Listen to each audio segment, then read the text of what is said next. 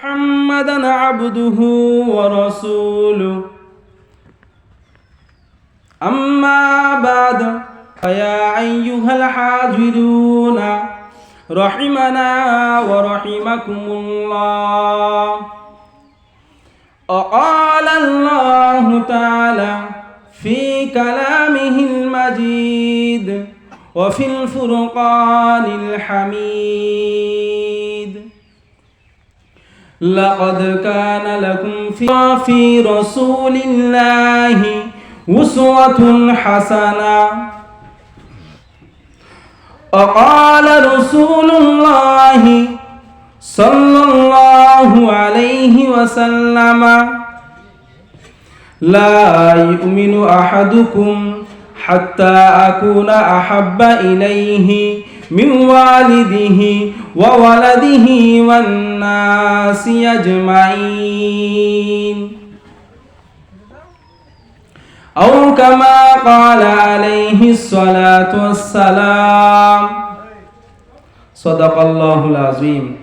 সমস্ত প্রশংসা, গুণগান, গুণকীর্তন, আরাধনা, উপাসনা সেই মহান আল্লাহর উদ্দেশ্যে যে আল্লাহ পাক রব্বুল আলামিন আমাদেরকে বড় নিয়ামত দান করেছেন। আজকে নিয়ামতটা কি? যে মজলিসে আল্লাহ ও তার রাসূল সাল্লাল্লাহু আলাইহি ওয়াসাল্লামের কথা হয় সেটা জান্নাতের বাগিচা, আর আমাদের সকলে জান্নাতের বাগিচাতে বসার তৌফিক দান করেছে। জোরে বলেন না সুবহানাল্লাহ। সকলে তেনার শুকরিয়া জ্ঞাপন করতে গিয়ে সমবেত কণ্ঠে বলি আলহামদুলিল্লাহ। অতঃপর শত সহস্র দরুদ এবং সালামের ধারা বর্ষিত হোক হুজুর আলাইহিস সালাতু ওয়াস সালামের উপর। সকলে বলি সাল্লাল্লাহু আলাইহি ওয়াসাল্লাম।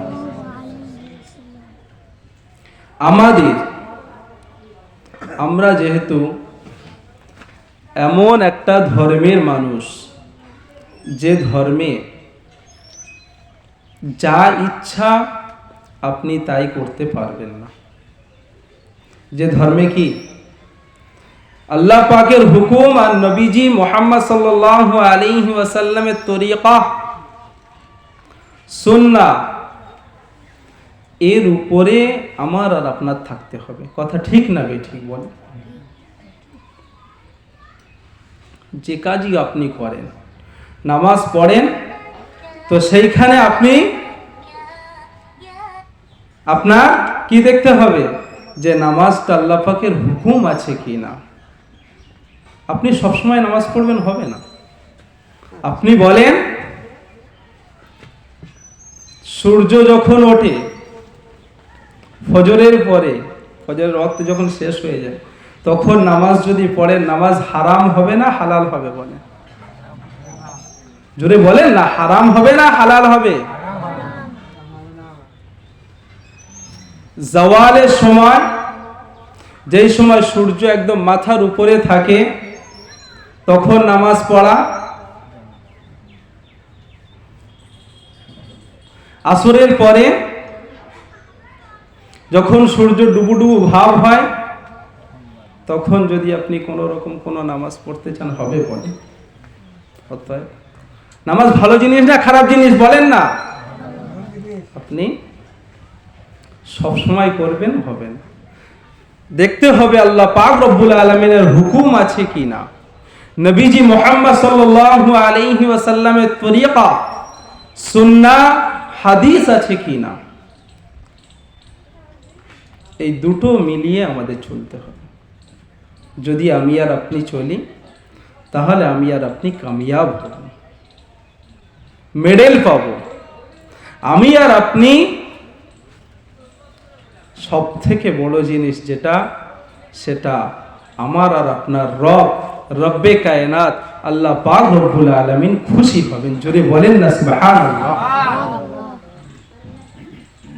তো আল্লাহ পাক কি জানিয়েছে জানেন? আল্লাহ পাক রব্বুল আলামিন কোরআন মাজিদের মধ্যে জানালেন, লাকাদ কানা লাকুম ফি রাসূলিল্লাহি উসওয়াতুন হাসানাহ।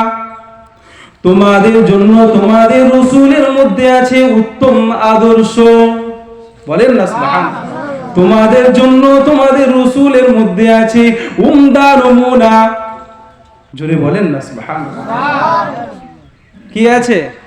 সব থেকে উৎকৃষ্ট নমুনা মুহাম্মদ সাল্লাল্লাহু আলাইহি ওয়াসাল্লামের মধ্যে আছে। বিশ্বের বুকে আপনি আর আমি যদি দেখি, সে যত বড় যেই হোক, মুহাম্মদ সাল্লাল্লাহু আলাইহি ওয়াসাল্লাম বাদ দিয়ে কোনো নবী, কোনো সাহাবা, কোনো নবীর সাথী সঙ্গী, কোনো আউলিয়ায়ে কেরাম, কেউ হুজুর আলাইহিস সালাতু ওয়াস সালামের সমতুল্য হবে বলে? জোরে বলেন। এই কারণে আল্লাহ পাক কি বলেছেন, যে কাউরির দিকে তাকাতে হবে না, তোমাদের জন্য একটা নমুনা পাঠিয়েছি, সেটা হলো মুহাম্মদ সাল্লাল্লাহু আলাইহি ওয়াসাল্লাম। নিজে আল্লাহ পাক বলছেন কি, লাকাদ কানা লাকুম ফি রাসূলিল্লাহি উসওয়াতুন হাসানাহ, তোমাদের মধ্যে, তোমাদের জন্য, তোমাদের রাসূলের মধ্যে আছে উত্তম আদর্শ, উত্তম নমুনা। হুজুর আলাইহিস সালাতু ওয়াস সালামকে আমরা যদি মানি, হুজুর আলাইহিস সালাতু ওয়াস সালামকে আমরা যদি আইডিয়াল বা মডেল বানাই, তাহলে আমি আর আপনি কি হব? কামিয়াব। আমি আর আপনি রব, আমাদের প্রভু আল্লাহ পাককে খুশি করতে পারব। কথা ঠিক না বেঠিক বলেন? আল্লাহর নবীকে মানার মতো মানতে হবে। কি বলেন? মানার মতো মানতে হবে। আমরা নিজেদের দাম কত জানি না। উম্মতে মুহাম্মাদি, মুহাম্মদ সাল্লাল্লাহু আলাইহি ওয়াসাল্লাম যেরকম শ্রেষ্ঠ আম্বিয়ায়ে কেরামদের মধ্যে, শুধু আম্বিয়ায়ে কেরামদের মধ্যে না, আল্লাহ পাকের যত সৃষ্টি আছে, আল্লাহ পাক রব্বুল আলামিন যত সৃষ্টিকে সৃষ্টি করেছেন, তার মধ্যে ফার্স্ট নম্বর, সব থেকে উৎকৃষ্ট সৃষ্টি, সব থেকে শ্রেয় আর উত্তম সৃষ্টি, সেটা হলো আমার আর আপনার রসুল জনাবে মুহাম্মদুর রাসূলুল্লাহ সাল্লাল্লাহু আলাইহি ওয়াসাল্লাম। এই কারণে উম্মতেরও দাম আছে, কিন্তু আমরা জানি না। জানেন আমার আর আপনার জন্য নবীজি মুহাম্মদ সাল্লাল্লাহু আলাইহি ওয়াসাল্লাম কি জানিয়েছেন? বিশ্বনবী মুহাম্মদ সাল্লাল্লাহু আলাইহি ওয়াসাল্লাম বলেছেন, قال رسول الله صلى الله عليه وسلم وعدني ربي أن يدخل الجنة من أمتي 70,000 لا حساب عليهم ولا عذاب مع كل 1000 70,000 وثلاث حسيات من ربي হাসায়াতুম মিন হাসায়াতি রব্বি। আল্লাহ রাসূল সাল্লাল্লাহু আলাইহি ওয়াসাল্লাম কি জানিয়েছে জানেন? ওয়াদানি রব্বি, আমার রব, আমি রাসূল, আমি মুহাম্মদ সাল্লাল্লাহু আলাইহি ওয়াসাল্লাম, আমার আপনার, আমার আল্লাহ, আমার রব আমার জন্য ওয়াদা করেছে, আমার সঙ্গে ওয়াদা করেছে, আইয়ুদখিলাল জান্নাতা মিন উম্মতি, আমার উম্মতের মধ্যে 70,000 70,000 মানুষকে জান্নাত দেবেন। জোরে বলেন না সুবহানাল্লাহ। কি বলেছেন? আমার আর আপনার রাসূল জনাবে মুহাম্মদ সাল্লাল্লাহু আলাইহি ওয়াসাল্লাম উম্মতের ফ্যাসিলিটি কি দিয়েছে দেখেন। কি রকম উম্মত জান্নাতে দেবে শুনেন। লা হিসাবা আলাইহিম ওয়ালা আযাবা, যাদের উপরে কোনো রকম কোনো হিসাব নিকাশ হবে না। জোরে বলেন না সুবহানাল্লাহ। সুবহানাল্লাহ টাকা লাগবে নাকি? বলেন, জোরে বলা যায় না সুবহানাল্লাহ। নারে তাকবীর, নারে তাকবীর। সিলসিলায়ে হক ফুরফুরা শরীফ মুজাদ্দিদুল জামান, নারে তাকবীর। দুশিফন আল্লাহুম্মা সাল্লি আলা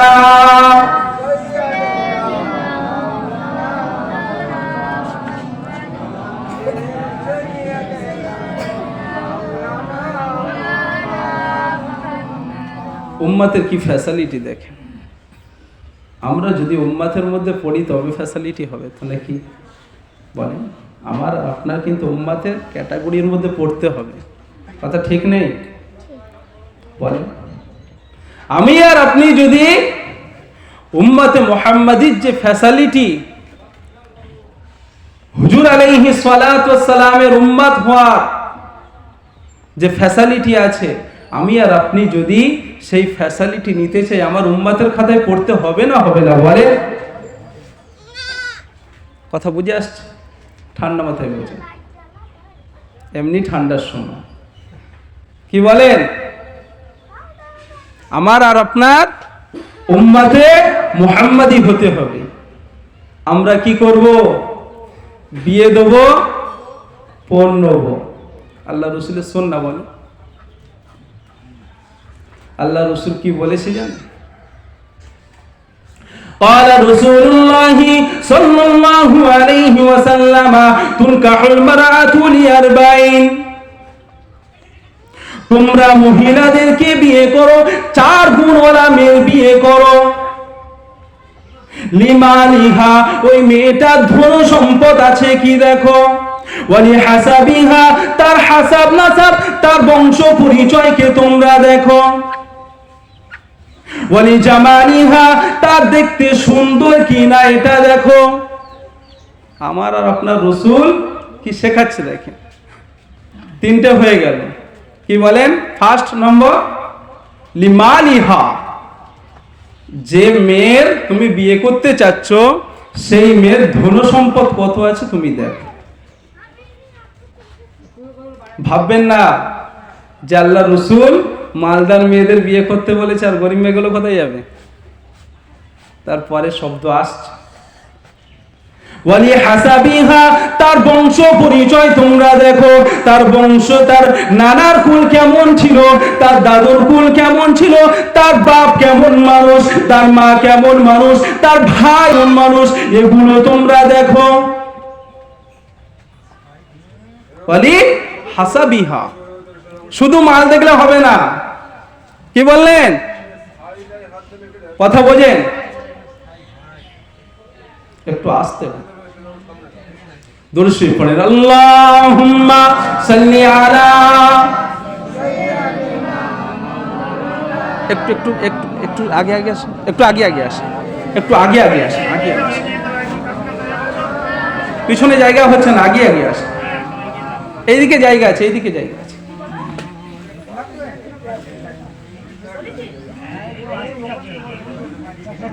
হাসবি রব্বি জাল্লাল্লাহ পড়েন। মাফি কলবি গায়রুল্লাহ, নূর মুহাম্মদ সাল্লাল্লাহু লা ইলাহা ইল্লাল্লাহ, লা ইলাহা ইল্লাল্লাহ, লা ইলাহা ইল্লাল্লাহ মুহাম্মাদুর রাসূলুল্লাহ। আল্লাহুম্মা সাল্লি আলা, চেপে চেপে আসেন, চেপে চেপে আসেন, কাছাকাছি বসেন শীতের সময়।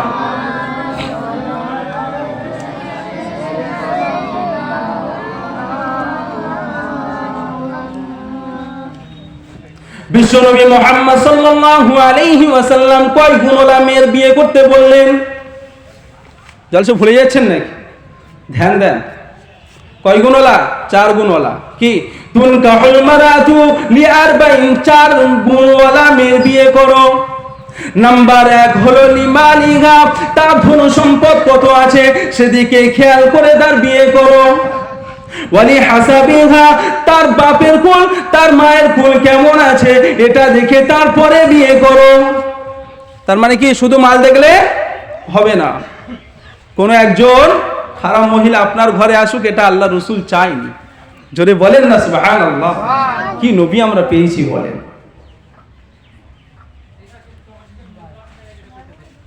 কি বললেন?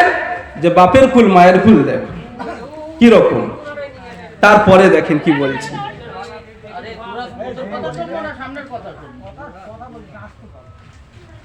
তারপরে আল্লাহ রাসূল সাল্লাল্লাহু আলাইহি ওয়াসাল্লাম কি বলছেন? ওয়ালি জামালিহা,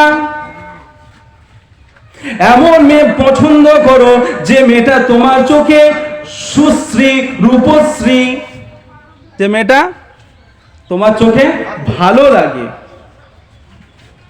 কি বলেন? যদি আপনার চোখে না ভালো লাগে, আপনার যদি বিয়ে দিয়ে দেওয়া হয়, তো আপনি ওই মেয়ের সঙ্গে ঘর সংসার করতে চাইবেন? বলেন, কথা বলেন। কষ্ট হচ্ছে? আপনার দ্বারায় কি বলেন সম্ভব না, আপনি মানতেও পারবেন না যদি নিজ ইচ্ছায় না বিয়ে করেন। এই কারণে কি বলেছেন হুজুর?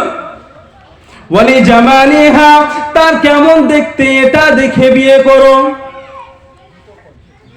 তারপরে দেখেন, তিনটে গুণ হয়ে গেল। নাম্বার 4 বলবো? পুরো চুপ করলে বলবো, একদম শান্তভাবে বসে থাকেন। আল্লাহ রাসূল সাল্লাল্লাহু আলাইহি ওয়াসাল্লাম বললেন, তুনকাহুল মারাতু লিআরবাইন, 4 গুণওয়ালা মেয়ে বিয়ে করো। লিমালিহা ওয়া লিহাসাবিহা ওয়া লিজামালিহা ওয়া লিদীনিহা,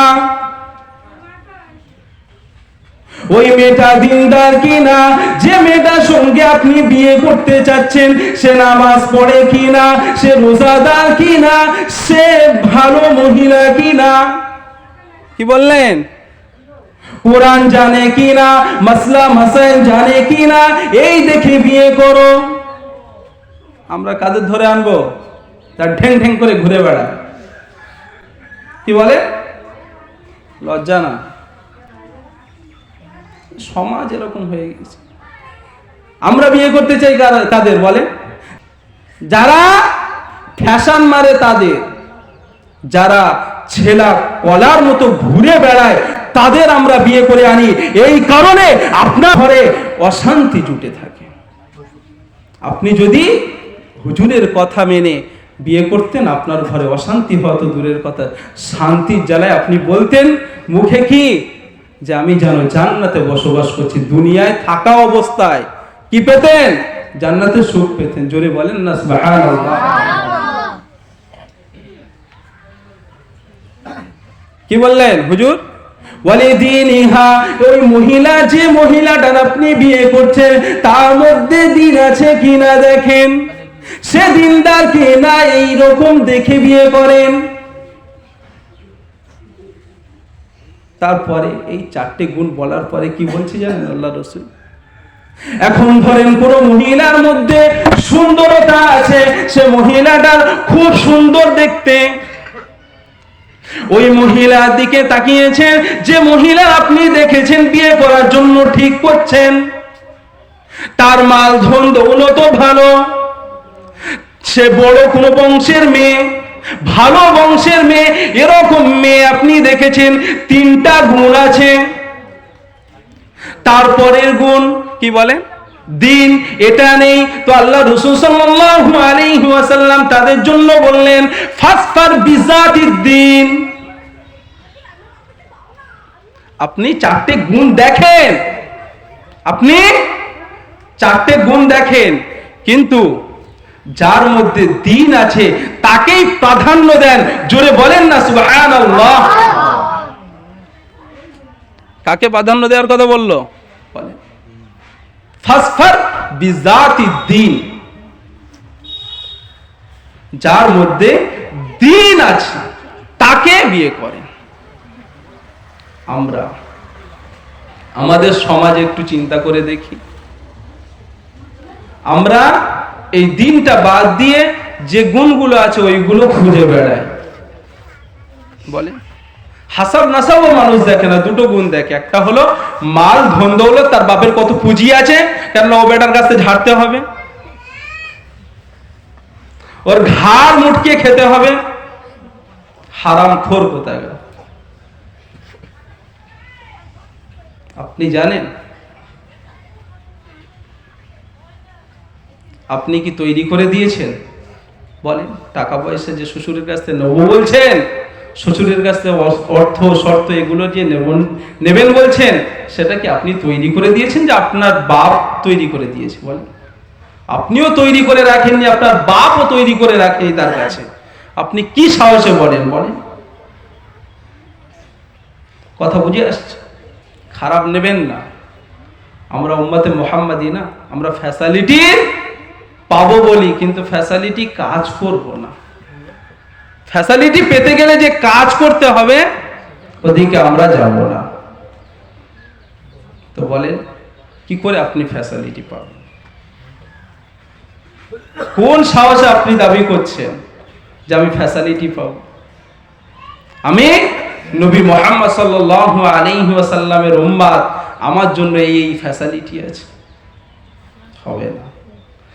আপনি যদি কোনো মহিলার বিয়ে করেছেন তার দেখতে সুন্দর বলে, কোনো মহিলার বিয়ে করেছেন তার বাপের ধন দৌলত, তার টাকা পয়সা আছে এই জন্য, কোনো মহিলার বিয়ে করেছেন সে কোনো বড় বংশের মেয়ে এই জন্য যদি বিয়ে করেছেন, আর তার মধ্যে দিন নেই, তো আপনি দুনিয়ায় থাকা অবস্থায় কি দেখবেন শুনবেন?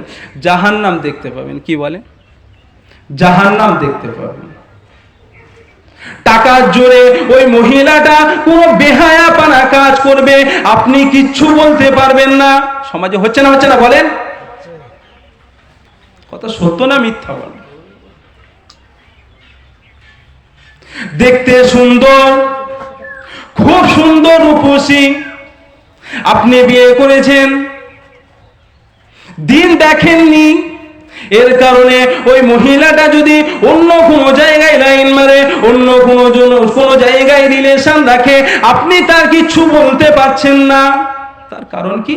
আপনি তো রূপ দেখেছেন, রূপের মজা ও তো দেখাবে, ও দেখাবে না? বলে রূপের মজা দিয়েই ছাড়বে। এই কারণে রূপ না, মাল না, হাসাব নাসাব সব বাদ দিয়ে আল্লাহ রাসূল সাল্লাল্লাহু আলাইহি ওয়াসাল্লাম বললেন ফাসফার বিজাতিদ্দিন। একটা মহিলা আপনি বিয়ে করতে গিয়েছেন, তার কোনো রূপ নেই, তার মালের, তার বাপের কোনো সম্পদ নেই, তার নিজের কোনো সম্পদ, ধন সম্পদ নেই, সে খুব বড় বংশের মেয়ে তাও না, তার মধ্যে দিন আছে, সে 5 ওয়াক্ত নামাজ পড়ে, সে রোজ রমজান মাসে রোজা রাখে, মাঝে মাঝে নফল রোজা রাখে, এরকম মেয়ে যদি আপনি বিয়ে করেন, আপনি দুনিয়াতে জান্নাত পাবেন। আল্লাহ রাসূল সাল্লাল্লাহু আলাইহি ওয়াসাল্লাম বলেছেন ফাসফার বিজাতিদ্দিন। কি বলেছেন? যে আপনি দিনকে প্রাধান্য দেন। আর আমরা হতভাগা যে আমরা দিন দেখি না। বলেন কোন জায়গায় দেখাশোনায় গিয়ে আপনারা বলেছেন যে মেয়েটা রমজান মাসে সারা মাস রোজা রাখে? মিথ্যে কথা বলবেন না। জান্নাতের বাগানে বসে আছেন, আল্লাহ পাক আপনার আর আমার জান্নাতের বাগানে বসে রেখেছেন। জান্নাতের বাগানেও এসে মিথ্যে কথা বলবেন, এটা মানা যায় না। বলেন আপনি কোনোদিন জিজ্ঞাসা করেছেন? এত তো বিয়ে দিয়েছে, মেয়েটা নামাজ 5 ওয়াক্ত পড়ে কি পড়ে না আপনি দেখেছেন কোনোদিন? না। শুধু ব্যাস ধন দৌলত থাকলে হবে, আর মেয়েটা একটু ফর্সা বা মোটামুটি আপনার চোখের ধরার মতো 10টা মানুষের এনে দেখাতে পারবেন, এরকম মতো হলেই ব্যাস হবে। আপনার বাড়িটা ক্ষতি হবে না? বলে আমরা নবীজি মুহাম্মদ সাল্লাল্লাহু আলাইহি ওয়াসাল্লামের উম্মাত হিসাবে হুজুর যেটা বলেছেন সেটা করা দরকার। কথা ঠিক না বেঠিক? আর হুজুর যেটা বারণ করেছেন ও কাজ আমি আর আপনি যদি করি ধ্বংস বরবাদ হয়ে যাবে। কারণ আল্লাহ পাকের ইরশাদ, আল্লাহ পাক রব্বুল আলামিন জানালেন মা আতাকুমুর রাসূলু ফাখুযুহু ওয়া মা নাহাকুম আনহু ফান্তাহু। আমার রাসূল সাল্লাল্লাহু আলাইহি ওয়াসাল্লাম যা তোমাদেরকে দেয় ওটা আঁকড়ে ধরো। কি বলে? মুহাম্মদ সাল্লাল্লাহু আলাইহি ওয়াসাল্লাম যে জিনিসটা তোমাদেরকে দেয় ওটা আঁকড়ে ধরো, ওটা শক্তভাবে ধরে নাও। ওমা নাহাকুম আনহু ফান্তাহু। আর যে কাজ থেকে মুহাম্মদ সাল্লাল্লাহু আলাইহি ওয়াসাল্লাম নিষেধ করেন, যে কাজটা করতে বারণ করেছেন, ওই কাজের ধারে কাছে যাবেন না। কে জানিয়েছেন? আমার আর আপনার রব, রব্বে কায়নাত আল্লাহ পাক রব্বুল আলামিন। কি বলেছেন? মা आताकुमुर रसूल फखुदूहु वमा नहाकुम अन्हु फंतहु। जो सा नबी तुमको दे वो अपना लो, যা নবী মুহাম্মদ সাল্লাল্লাহু আলাইহি ওয়াসাল্লাম তোমাদেরকে দেয়, তোমরা ওটা ধরে নাও।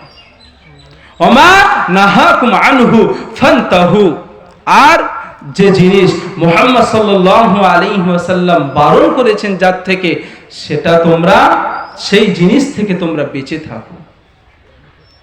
মানতে গেলে পরিপূর্ণ মানতে হবে। কথা ঠিক না বে ঠিক? কিরকম মানতেন সাহাবারা শুনবেন। হযরত আম্মি আয়েশা সিদ্দিকা রাদিয়াল্লাহু তাআলা আনহা একটা সময় বাড়িতে বসে একটা আশরাফি কি করছে, একটা টাকা ধুচ্ছে, ভালো করে পরিষ্কার করছে। কি করছেন? টাকা ভালো করে ধুচ্ছে, যাতে করে ময়লা না লেগে থাকে। জোরে বলেন না সুবহানাল্লাহ। ওই সময় হুজুর আলাইহিস সালাতু ওয়াস সালাম ঘরে এসেছে, এসে দেখছে যে আচ্ছা আমার বিবি আয়েশা টাকার প্রতি এত মোহাব্বত,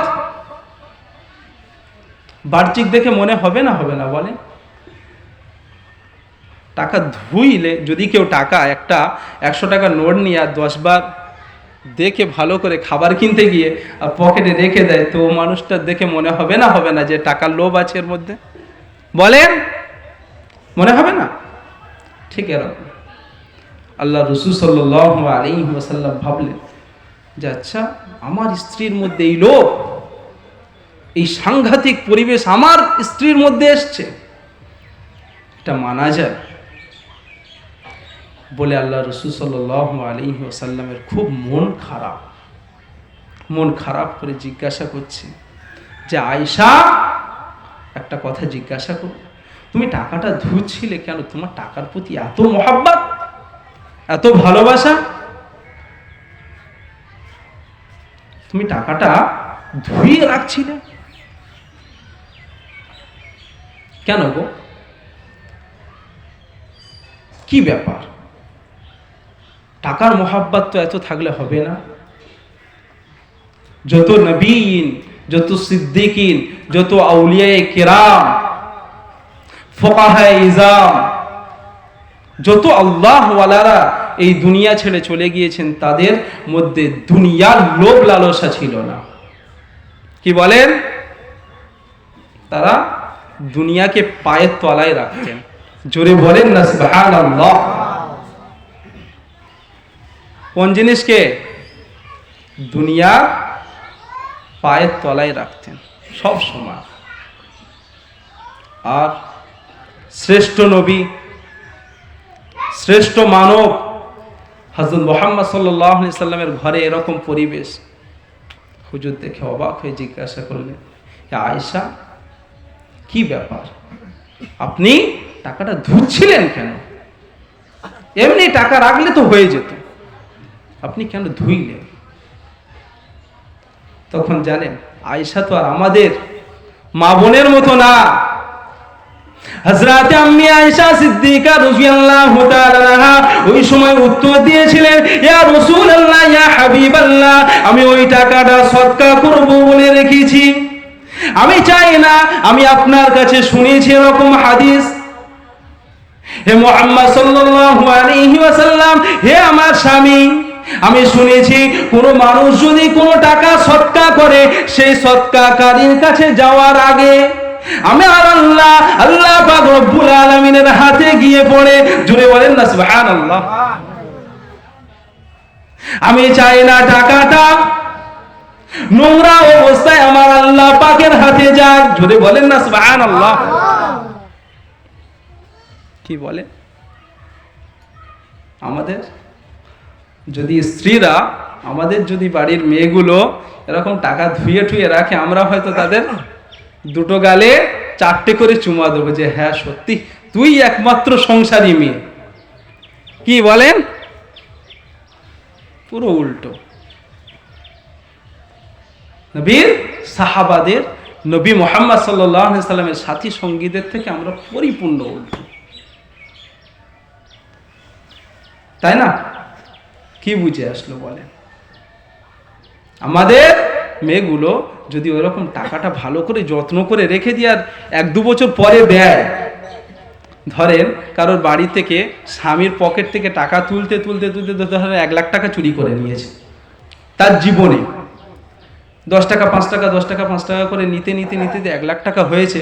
হওয়ার পরে এখন একদিন কি করেছে, স্বামীর ঘর বানানোর জন্য প্রয়োজন পড়েছে, মিস্ত্রি টাকা দিতে পারছে না, লেবারের টাকা দিতে পারছে না, বা বিল্ডার্সের দেনা হচ্ছে, তখন কি করেছে, স্ত্রী ওই টাকাটা তাড়াতাড়ি করে বের করে আর স্বামীর হাতে দিচ্ছে। বলেন স্বামী কি করবে? সেটা আল্লাহই ভালো জানে। বলেন আমাদের সমাজ পুরো উল্টো। আর হুজুরের স্ত্রী টাকা ধুচ্ছিলেন কেন? সৎকা করবেন তার জন্য। আর আমরা যত খারাপ মাল আছে, যত খারাপ জিনিস আছে, সেটা কি করব, সৎকা করব, করি না তো। যাকাত সঠিকভাবে দেই না আমরা। কিছু মনে করবেন না, কথা গায়ে নেবেন না। হুজুর আলাইহিস সালাতু ওয়াস সালামের উম্মত আমরা, মুহাম্মদ সাল্লাল্লাহু আলাইহি ওয়াসাল্লামের উম্মত আমরা। আমাদেরকে হুজুর আলাইহিস সালাতু ওয়াস সালাম যেটা শিখিয়েছেন সেটা করব। বলেন না ইনশাআল্লাহ। আল্লাহ পাক রব্বুল আলামিনের রাসূল কি বলেছেন যে আমার উম্মত কতজন? ওয়াদানি রব্বি আন ইয়াদখুলাল জান্নাতা মিন উম্মতি ৭০ আলফান। ৭০,০০০ আমার উম্মতের জান্নাতে দেবেন। বলার পরে আল্লাহ রাসূল বললেন লা হিসাব আলাইহিম,